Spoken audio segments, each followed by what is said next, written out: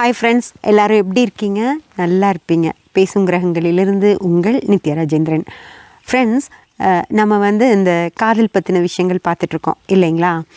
அதில் அடுத்த காதல் என்ன அப்படின்னு சொல்லி நம்ம பார்க்கலாமா? காதலிக்கிறவங்களுக்கு திருமணம் ஆகுமா அல்லது அவங்க காதல் திருமணத்தில் முடியாமல் போகுமா அப்படிங்கிற விஷயத்த நம்ம இந்த பதிவில் பார்க்கலாம். காதலிக்கிற எல்லாருக்கும் திருமணம் ஆகிற வாய்ப்பு இல்லை ஃப்ரெண்ட்ஸ், ஓகேங்களா? ஒரு சிலருக்கு மட்டும்தான் அந்த வாய்ப்பு கிடைக்கும்.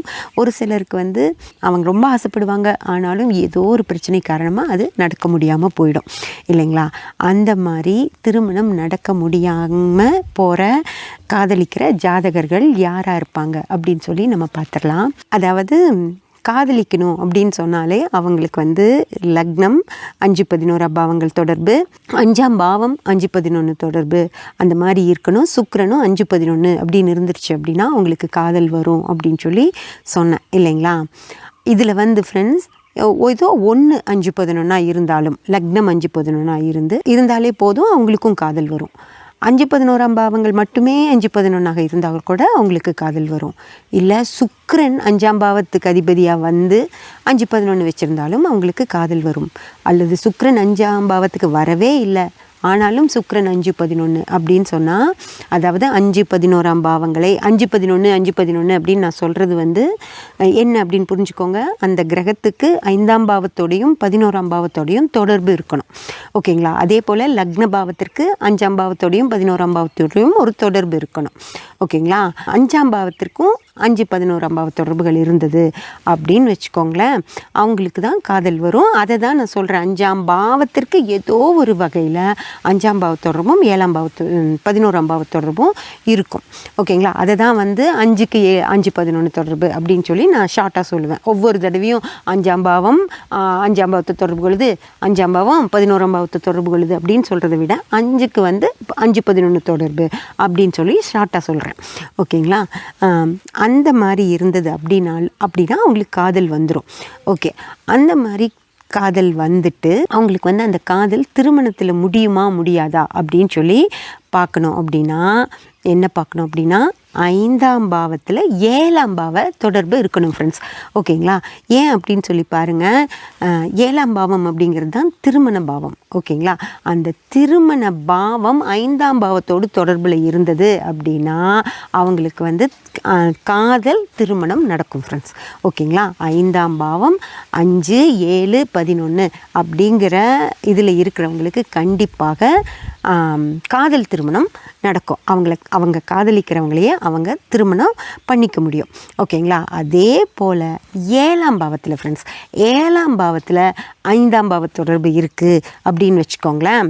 7ஆம் பாவத்தில் 5ஆம் பாவ தொடர்பு இருந்தாலே அவங்களுக்கு காதல் திருமணம் நடக்கும். 5-11 பாவ தொடர்பு இருந்தால் கண்டிப்பாக காதல் திருமணம் நடக்கிறதுக்கான வாய்ப்பு இருக்குது, ஓகேங்களா? அது ஒன்று. ரெண்டாவது, 7ஆம் பாவத்தில் 9ஆம் பாவ தொடர்பு அப்படின்னு சொல்லி, என்னடா இது புதுசாக உள்ள 9ஆம் பாவத்தை கொண்டு வரேன் அப்படின்னு பார்க்குறீங்களா? 9ஆம் பாவம் அப்படிங்கிறது அதிர்ஷ்டம் அப்படிங்கிற ஒரு விஷயமும் கடவுள் கொடுப்பினை அப்படிங்கிற ஒரு விஷயமும் இருக்குது ஃப்ரெண்ட்ஸ், ஓகேங்களா? அதிர்ஷ்டம் அப்படிங்கிறது இப்போது லக்ன பாவத்தில் 5-11 அப்படின்னா அவங்க காதல் நிறைவேறணும் அப்படின்னு ரொம்ப ஆசைப்படுவாங்க, ஓகேங்களா? அப்படி இருக்கும்போது அவங்க 9ஆம் பாவம் அங்கே இருந்தது அப்படின்னா அவங்க காதலை நிறைவேற்றி கொடுத்துரும் ஃப்ரெண்ட்ஸ். அதாவது 7ஆம் பாவத்தில் 9ஆம் பாவ தொடர்பு இருந்தது அப்படின்னா அந்த லக்னத்தில் 5-11 இருக்கிறவங்களோட காதல் நிறைவேறும், ஓகேங்களா? அது மாதிரி 7ஆம் பாவத்தில் 5, 7, 9, 11 அப்படின்னு இருந்துருச்சு அப்படின்னா அவங்களுக்கு கண்டிப்பாக காதல் திருமணம் நடக்கிறதுக்கான வாய்ப்பு மிக அதிகம், ஓகேங்களா? பேரண்ட்ஸ் நல்லா புரிஞ்சுக்கோங்க. உங்கள் குழந்தைங்களுக்கு நீங்கள் என்ன நினைக்கிறீங்க? அம்மா, நீங்கள் நிறைய பேர் ஜாதகம் பார்க்குறப்போ கேட்குறீங்க இல்லையா? நிறைய ஜென்ஸும் கேட்குறீங்க, லேடிஸ் தான் நிறைய கேட்பீங்க.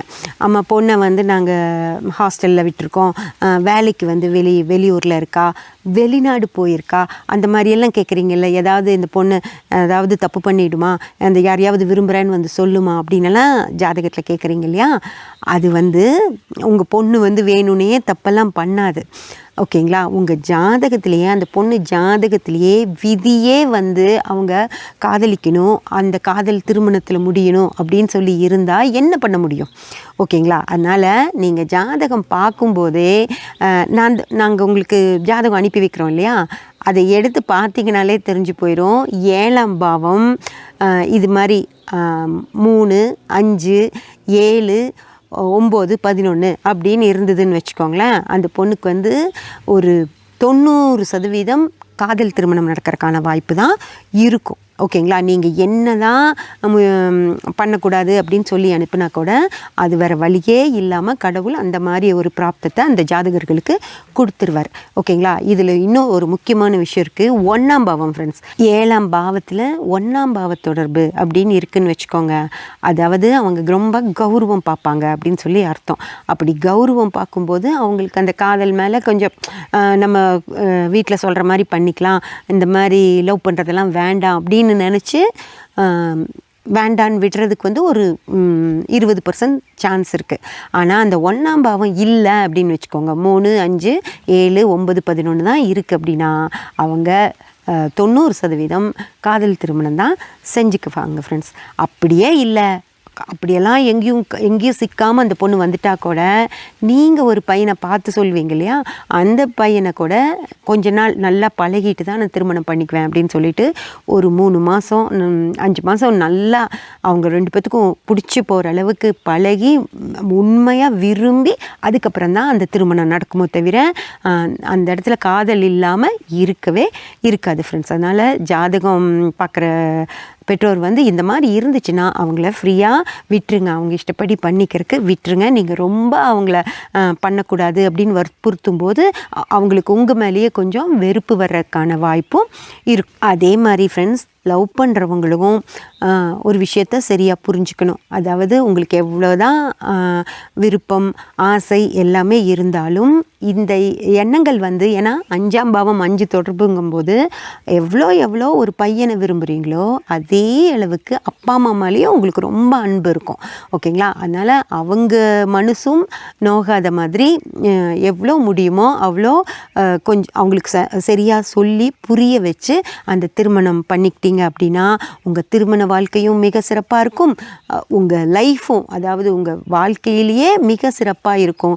காதல் கணவரும் கிடைப்பார், அம்மா அப்பாவும் உங்களை விட்டு போக மாட்டாங்க. அதனால் எந்தவித அவசர முடிவுகளெல்லாம் எடுக்காமல் நல்லபடியாக இந்த திருமண வாழ்க்கையை அமைச்சுக்கோங்க ஃப்ரெண்ட்ஸ். இப்போ அவசர முடிவுகள் அப்படின்னு சொல்லி நான் என்ன சொன்னேன் அப்படின்னு சொல்லி பார்த்தீங்கன்னா, அப்பா அம்மாவுக்கு தெரியாமல் பண்ணிக்கிறது, இல்லை அந்த ஊர்லேயே இருக்காமல் பண்ணிக்கிறது, வெளியே எங்கேயாவது போலீஸ் ஸ்டேஷனுக்கெல்லாம் போய் பண்ணிக்கிறது, அந்த மாதிரி செய்கிற லவ்வர்ஸ் இருக்காங்க இல்லைங்களா, அவங்களுக்கெல்லாம் என்ன பாவத்தொடர்பு இருக்கும் அப்படிங்கிறத நம்ம அடுத்த பதிவில் டீட்டெயில்டாக பார்க்கலாம் ஃப்ரெண்ட்ஸ்.